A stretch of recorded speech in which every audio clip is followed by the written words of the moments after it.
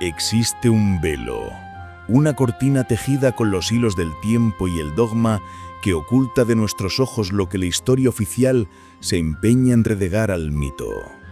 Pero hay objetos, huellas, susurros de piedra y metal que se niegan a ser silenciados, artefactos que desafían toda lógica conocida, rompiendo los moldes de lo que creemos saber sobre el pasado de la humanidad. Objetos que, al ser desenterrados de las profundidades de la tierra o rescatados del olvido en viejos baúles, nos obligan a reescribir no solo nuestra cronología, sino nuestra propia concepción de quiénes fuimos y quizá de quiénes seremos. Son enigmas pétreos, metálicos, cristalinos que hablan de civilizaciones perdidas, de conocimientos que la academia aún no se atreve a pronunciar en voz alta, de una tecnología tan avanzada que su mera existencia nos retrotrae a un tiempo inmemorial, a una época donde los dioses caminaban sobre la tierra, o quizás las estrellas. Prepárense para cruzar el umbral, porque en esta ocasión nos adentramos en los reinos de lo imposible, donde la arqueología se encuentra con el misterio más profundo. Bienvenidos a La Mirada del Vigilante.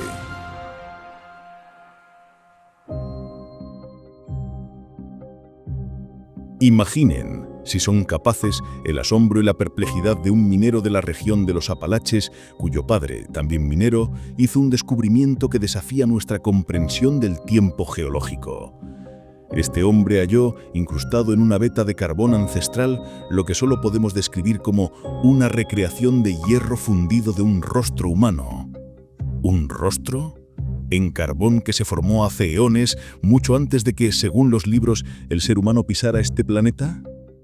Este objeto, que la familia atesoró como una herencia, llamándolo simplemente el hombre, se convirtió en una pieza ornamental, luego olvidada entre las pertenencias de un padre ya fallecido. La hija, quien ahora es la custodiante de este enigma, recuerda vívidamente el orgullo y la extrañeza de su progenitor. Su negativa a ser identificada, su miedo a que el objeto desaparezca si se expone su ubicación, solo añade capas de autenticidad a una historia que, de ser cierta, dinamitaría las bases de la cronología humana tal como la conocemos. No busca reconocimiento, no busca lucro, solo proteger algo que, además de su valor sentimental, posee una antigüedad tan extraordinaria y controvertida que su mera existencia es una afrenta a la historia oficial. ¿Quién era este hombre cuyo rostro fue capturado en metal y luego sepultado por millones de años de historia geológica? ¿Qué civilización, qué conocimiento, qué tecnología permitieron semejante proeza en un tiempo que, para nosotros, es inimaginable? Pero la Tierra, en su vastedad y en sus profundidades, guarda secretos aún más turbadores. Hablamos ahora de un coloso silencioso y misterioso, el Pozo Superprofundo de Kola, un proyecto de ingeniería soviético que desde finales de los años 60 hasta principios de los 90 perforó la corteza terrestre hasta alcanzar la asombrosa profundidad de 40.000 pies, el agujero más profundo jamás excavado por el hombre. Su objetivo: poner a prueba los límites de la maquinaria humana y el planeta mismo, ver hasta dónde podían llegar antes de que el calor insoportable del núcleo terrestre les impidiera continuar. Y así fue. Las operaciones cesaron ante las temperaturas infernales. Sin embargo, el Pozo de Kola, ubicado en una remota península en el norte de Rusia, lejos de cualquier peligro para la vida humana, fue sellado apresuradamente.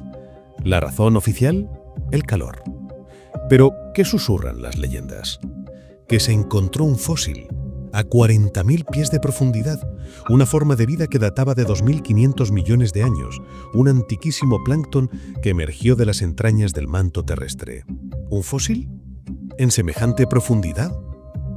¿Por qué los sitios de verificación de hechos como Snopes se empeñarían en desacreditar estas afirmaciones si no hay nada que ocultar? La historia nos ha enseñado que gran parte de nuestra comprensión moderna se asienta sobre cimientos que pueden ser erróneos, especialmente en lo que respecta a las líneas de tiempo y a la ignorancia de una posible tecnología antigua de alto nivel. Si algo surge que arroja dudas sobre estas enseñanzas, puede tener un efecto catastrófico en otras áreas de la academia. Esto, por sí mismo, ofrecería un motivo irrefutable para detener operaciones y sellar cualquier acceso al lugar, sofocando así cualquier descubrimiento posterior. ¿Qué se encontró realmente en Kola? Las posibilidades nos parecen inquietantes. Y si hablamos de objetos anómalos, no podemos obviar el de aquella pequeña pero asombrosamente especial figurilla datada en la Edad de Piedra, una antigüedad que por sí misma ya es extraordinaria. Lo fascinante de esta pieza, que permaneció sellada e intacta durante eones, es que tras un delicado procedimiento de extracción, se descubrió que contenía una esfera metálica en su interior. Un objeto metálico, perfectamente redondo, dentro de una figurilla de piedra, de una época donde el metal, y menos aún con esa perfección geométrica, simplemente no debería existir. Pero esta no es una anomalía solitaria. Esta figurilla era parte de una colección aún más enigmática, encontrada por mineros de oro locales en Sierra Leona, ahora conocidas como las figuras anómalas. Algunas de ellas tienen características igualmente inexplicables y se remontan al 17.000 a.C. La leyenda local, curiosamente similar a ciertas teorías de ángeles caídos, sostiene que estas figuras representan a seres celestiales que, por mal comportamiento, fueron transformados en humanos y desterrados a la tierra. La colección es un crisol de interpretaciones híbridas, con representaciones de monos, elefantes, lagartos e incluso gigantes. Aunque diversas en forma y tiempo, su apariencia es uniforme, indicando un propósito común. Un propósito que se perdió con la invasión de los Meni, que desplazó a la civilización que las creó. Su mera existencia es una ventana a civilizaciones que nos precedieron, poseedoras de un conocimiento y una visión del mundo que apenas podemos atisbar. La evidencia de civilizaciones antiguas poseedoras de una tecnología avanzada, ahora perdida, es abrumadora y silenciosamente guardada en archivos de museos por todo el mundo. Tomemos como ejemplo las lentes de Nínive, una prueba irrefutable del conocimiento de la civilización antigua sobre el soplado de vidrio y la fabricación de lentes convexas. La primera revelación de esta verdad provino de una fuente improbable, el número de julio de 1930 del British Journal of Physiological Optics, con una comunicación de un tal Mr. H.L. Taylor. Él atribuye el desarrollo de estas lentes a los cretenses del 1800 a.C., descubriendo, tras un examen exhaustivo de museos en el Mediterráneo oriental, que lo que comenzó como simples cuentas de cristal de roca, ónice, ágata y cornalina, derivó en la producción de lentes de sorprendente calidad, como las halladas en el tablero de juego real en el Palacio de Cosnos. Su capacidad de aumento, entre 5 y 8 dioptrías, con una forma plano-convexa. Estas lentes de alta calidad fueron transportadas a lugares tan distantes como Troya, Tiro, Nínive y hasta el Reino Unido. Y sin embargo, cualquier explicación sobre cómo fueron creadas estas maravillas permanece desconocida, o quizás intencionadamente silenciada. Lo más cercano que la Academia se atreve a sugerir es que son de origen natural, formadas accidentalmente a partir de cristal de roca. Una explicación que ante la perfección de su acabado y funcionalidad resulta cuando menos forzada. Pero no solo la precisión de lo pequeño nos asombra. En la antigua ciudad de Amathus, en Chipre, estratégicamente ubicada con vistas al Mediterráneo, se hicieron descubrimientos impresionantes, incluyendo 2 gigantescos vasos que decoraban la entrada del templo principal, dedicado a Afrodita. Cada uno de ellos medía 1,85 metros de altura y pesaba la asombrosa cantidad de 14 toneladas. Uno de estos colosos de piedra fue, ni más ni menos, robado por los franceses, específicamente por el arquitecto Edmond de Cid. Durante la ocupación otomana de Chipre, su diario que documenta la odisea de trasladar semejante mole a París es una revelación. De Cid describe cómo la tarea de mover este vaso al mar y luego a París sería su mayor logro, algo que crearía una gran impresión en el Louvre. El mero hecho de que un arquitecto del siglo XIX considerara esta hazaña como una proeza monumental, a pesar de la tecnología de su época, subraya la capacidad asombrosa de las civilizaciones antiguas que los crearon.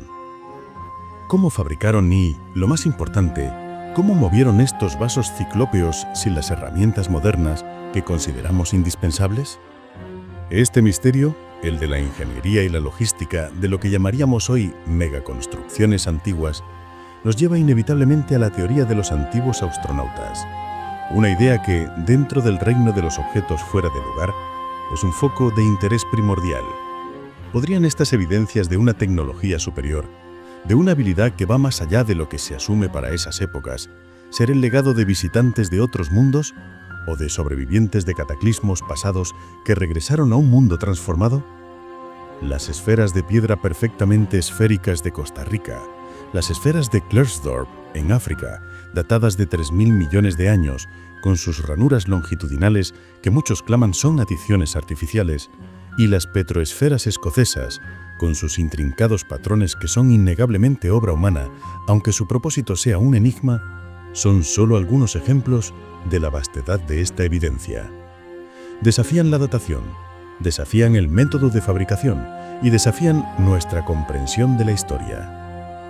La acumulación de esta evidencia, amigos, esta creciente colección de objetos fuera de lugar, no solo sugiere que capítulos enteros de la historia humana han sido olvidados o, lo que es aún más perturbador, activamente ocultados, sino que también apunta a una conclusión aún más drástica, que muchas de estas civilizaciones sucumbieron repentinamente, posiblemente a un cataclismo pasado.